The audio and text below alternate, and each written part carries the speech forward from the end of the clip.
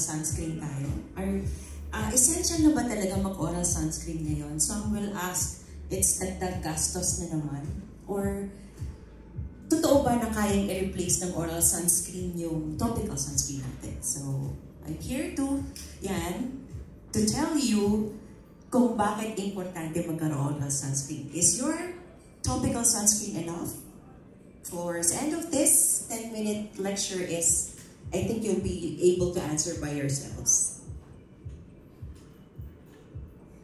Next slide, please. So, since we have been, there are frequent exposures to sunlight, pero ngayon kasi, a lot of us, even in our offices, hindi lang sunlight ang problem natin, even yung mga rays natin, the UVA rays, na galing doon sa ating mga offices. So, ito po ang isang cause ng aging, okay?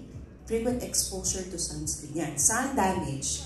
So, sa sun damage natin, sorry po. Okay. So, yan, nagkakaroon tayo ng formation of wrinkles. Usually, premature aging tayo. I can see a lot of patients, kahit mga 20 years old, may mga crow's feet na rin sila because they do not apply their topical sunscreen. Hyperpigmentation, ito yung mga post-inflammatory hyperpigmentation, or if you have freckles, mas na-enhance yung freckles mo. Or if you did like yung mga rejuve, yung mga nag-rejuve before, pwede mag-cause ng post-inflammatory hyperpigmentation, which is napakahirap din gamatingin ngayon. And then next would be the sagging skin. So, yan ang some na pwede nating makuha from sun damage.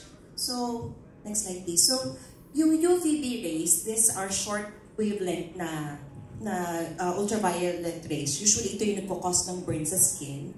And then yung long na wavelength is the UVA. Ito talaga yung nagkukos ng advanced aging. So, itong dalawang to are very important na ma-prevent natin sa pagpasok sa ating balat. Next would be, so ito yung magandang topic like photoimmunology, how ultraviolet radiation affects the immune system. So, there are studies nowadays na pag sobrang exposure natin sa sunlight, magkakaroon tayo ng mahinang immune system. So, this is already proven. So, hindi lang natin kailangan ng physical sunscreen sa body natin. So, we need to have a product na from within na pwede natin gamitin to enhance then the effects of these antioxidants that we use. Next slide. So, what is the importance of photoprotection? So, ito yung example natin. So, pag ikaw, you're not wearing any sunscreen, there are 100 photons. Ito yung mga rays na galing sa araw. So, yung 100% ng photons na yon can enter your skin pag wala talagang protection. So, if you're using SPF 15 sunscreen, meron siyang 93% protection. So, at least may mga 7 photons pa rin na makakapasok sa skin ninyo. But if you use like SPF 30 sunscreen, merong 97% protection. So, imagine niyo, ito po is just with your topical sunscreen. Next slide, please. So, sun filter ratings natin. So, higher the SPF, the higher the protection. So, total protection po ng broad spectrum natin will depend on the filters na ginagamit natin or the formulation that we use. So, ang ekran natin is SPF 30 PA+++. So, this is a broad spectrum na sunscreen. So, may nagtanong sa akin, Doc, anong difference daw ng sunblock and sunscreen? Actually, since 2011, hindi na natin ginagamit ang term na sunblock per FDA. Kasi, sinasabi ng FDA or even the American Society of Dermatology na pag naiisip kasi natin ng sunblock, it's 100% blocking the sun. So, nagkakaroon ng misconception yung mga consumers natin. So, we use the sunscreen. So, yung sunscreen, nahati niya siya ngayon between chemical and physical. Pag sinabi natin chemical, ito yung may mga avobenzone. So, yung mga harmful rays na pupunta sa ating balat, i-absorb niya, then i-dissipate lang niya sa heat.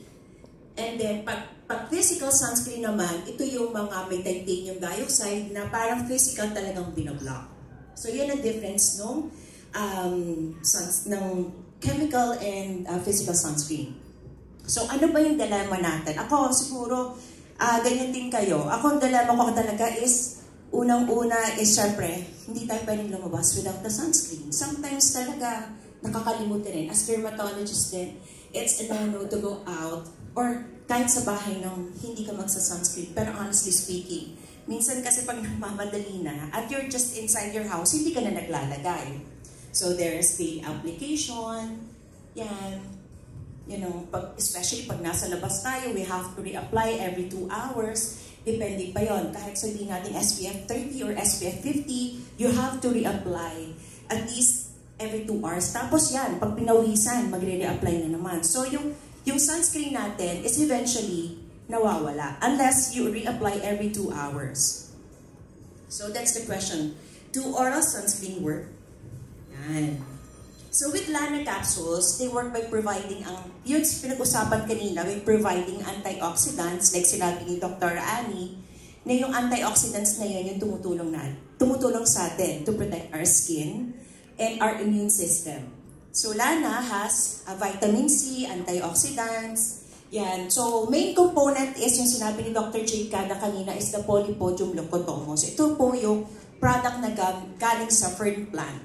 So have you seen a fern plant? Yung parang mga plantito-plantita dito, yan, yung fern plant. So ito po yung pinakasikat na tinatawag nating fern block. Puno-puno siya ng antioxidants that can protect our skin from the UV-induced damage and maintaining our youthful appearance. Next is the apple stem cell extract. So in 2008, this apple stem cell na itong sinasabi natin extract, won sa Europe the best ingredient because this is the only stem cell na galing sa plant-derived. The apple stem cell na proven to stimulate skin renewal na nakaka-reduce ng signs of aging. Next is the grapeseed extract. This is also a powerful antioxidant.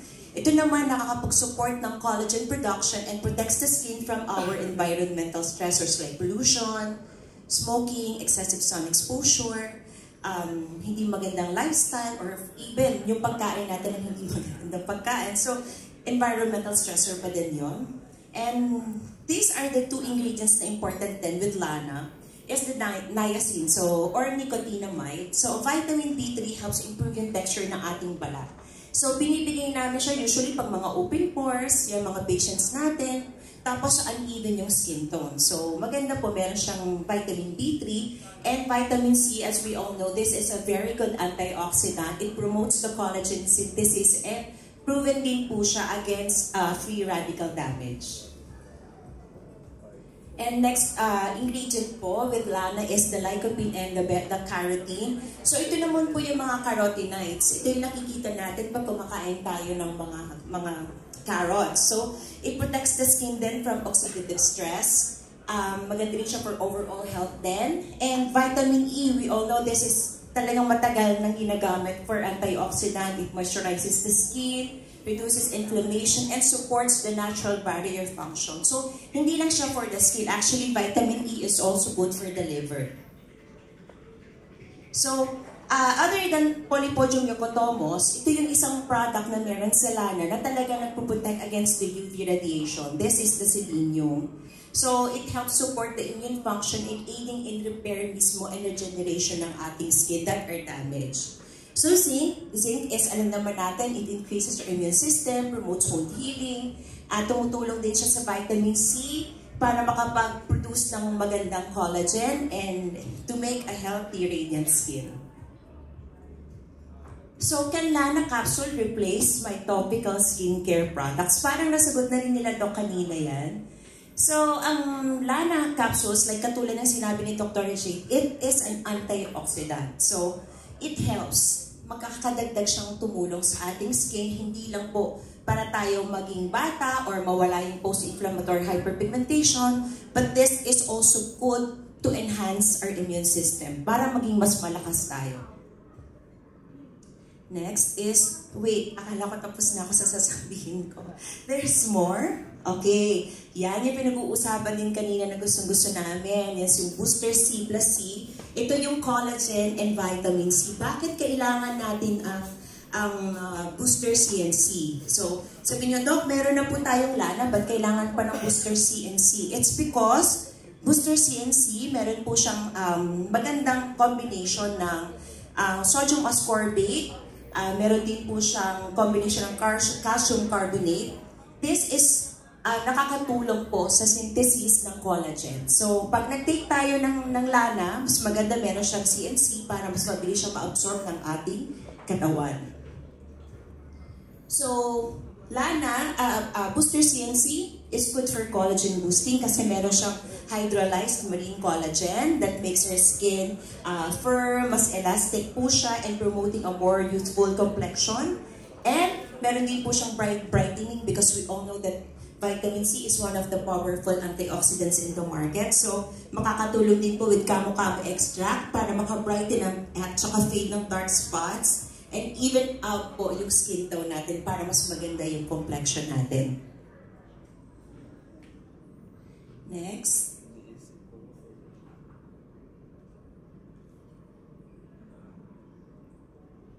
Parang nawala nata yung lecture ko. Yan, so wala na pala. So, that's it for our oral. Actually, I call the Lana as an oral sunscreen. And mas maganda po yung combination niya with booster CNC. So, thank you po. And I hope that you understood the lecture kung bakit very important ang oral sunscreen. And hopefully, ma-define na natin, ma-educate na natin a lot of people, even our family and friends, why do we need an oral sunscreen. Thank you so much, Dr. Drona. Please give her a round of applause, everybody. So I'm sure I'm not the only one who